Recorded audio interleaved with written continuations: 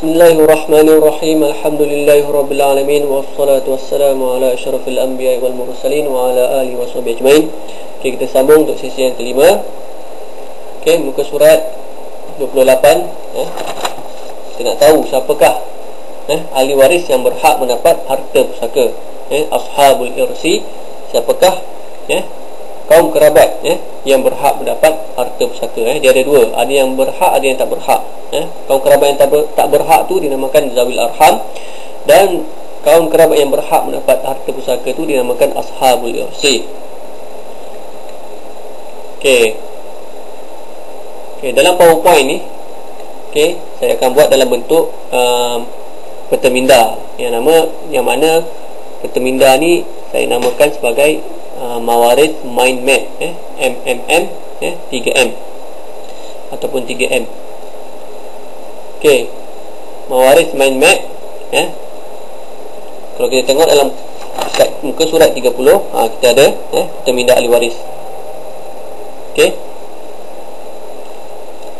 cuma dalam kat muka surat 30 tu saya telah ringkaskan ataupun telah buat satu kata singkatan untuk setiap ahli waris tu.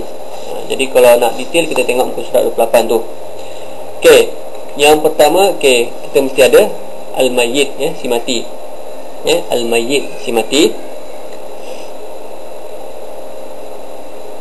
Kalau tengok dalam buku tu ada 23 orang daripada ahli keluarga ataupun kaum kerabat si mati yang berhak mendapat harta pusaka.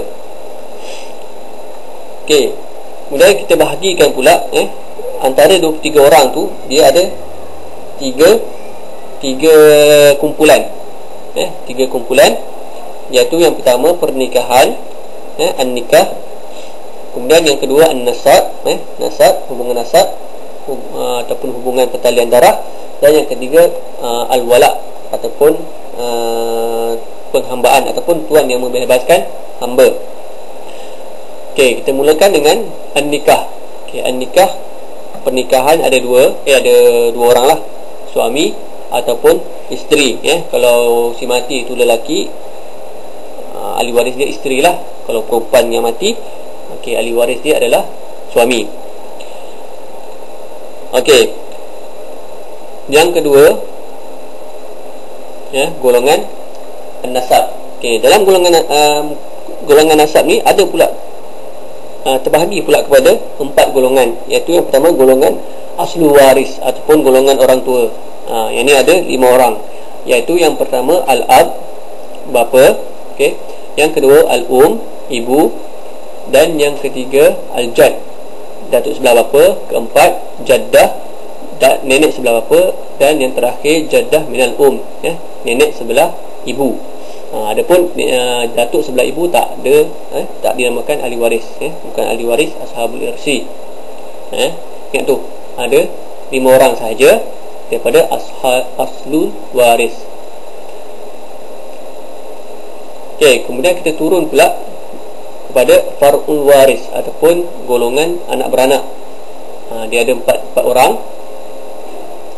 Okey, al-jad ni selain pada jad, atas pada jad ni dinamakan aslul waris juga. Contohnya ab minal jad, bapa daripada datuk, dan minal jad, ibu bagi datuk. Dan seterusnya, yang mana kalau kita tengok tengok nombor 3 tu, datuk sebelah bapa, lepas tu ada nombor 8, tengok bawah sekali, dan seterusnya ke atas, yang mana dia tidak diselangi dengan perempuan. Tengok, tidak diselangi dengan perempuan. Contohnya kita tengok mayyit, ab, jad. Lepas tu jad, ab minal jad, lelaki kan. Lepas tu dengan isteri dia, minal jad. Kalau diselangi dengan perempuan macam ni, mayyit, jad. Yang ni diselangi dengan perempuan, iaitu seperti mana juga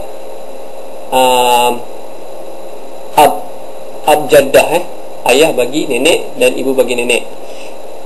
Okey, mereka ni dinamakan zawil arham, bukannya ashabul irsi, kerana diselangi dengan perempuan. Siapa dia? Iaitu nenek. Kita lalu ab nak pergi kat dia orang ni akan lalu kepada nenek. Okey, tak boleh. Okey, ingat tu. Begitu juga jaddah. Jaddah dia kena ada minal jaddah. Yang ni pula kalau kita tengok tu nombor 9 dan seterusnya ke atas yang tidak diselangi dengan lelaki. Yang ni tidak diselangi dengan lelaki. Contohnya macam datuk, ayah bagi jaddah. Ayah bagi jaddah tak boleh lah, bukan zawil arham. Bukan ashabul furud. Bukan ashabul irsi. Okey. Kemudian seterusnya far'ul waris. Far'ul waris siapa dia? Yang pertama al-ibnun, anak lelaki. Yang kedua anak perempuan. Yang ketiga cucu daripada anak lelaki, cucu si mati daripada anak lelaki, dan cucu perempuan si mati daripada anak lelaki. Okey. Dan kalau kita tengok nombor 10 dan seterusnya ke bawah yang tidak selangi dengan perempuan, seperti mana jad tadi, iaitu cicit lelaki daripada anak lelaki, daripada cucu lelaki, dan cicit perempuan daripada cucu lelaki, dan seterusnya. Cuit lelaki daripada cicit lelaki, dan cuit perempuan daripada cicit lelaki. Okey.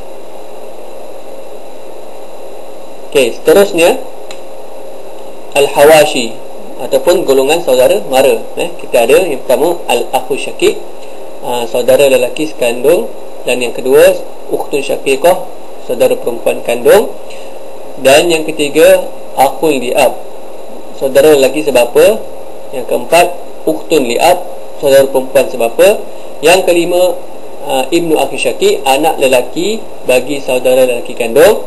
Dan yang keenam ibnu akhi syaqiq, anak lelaki bagi saudara lelaki sebapa. Yang ketujuh akhun li'um, saudara lelaki sebelah ibu. Dan yang terakhir ukhtun li'um, saudara perempuan sebelah ibu. Okey, golongan yang keempat daripada golongan an-nasab, an-nasabiyah, iaitu amam, ataupun pakcik-pakcik.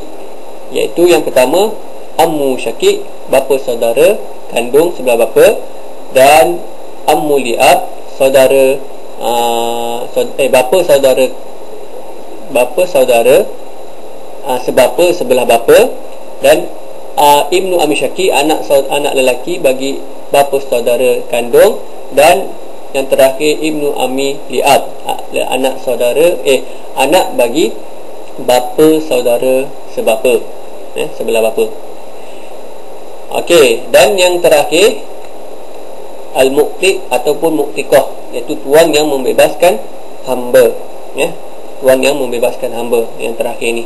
Kalau zaman sekarang tak ada dah. Tak ada dah. Ingat tu golongan ni. Okey, kita akan sambung untuk sesi yang seterusnya. Wallahu a'lam.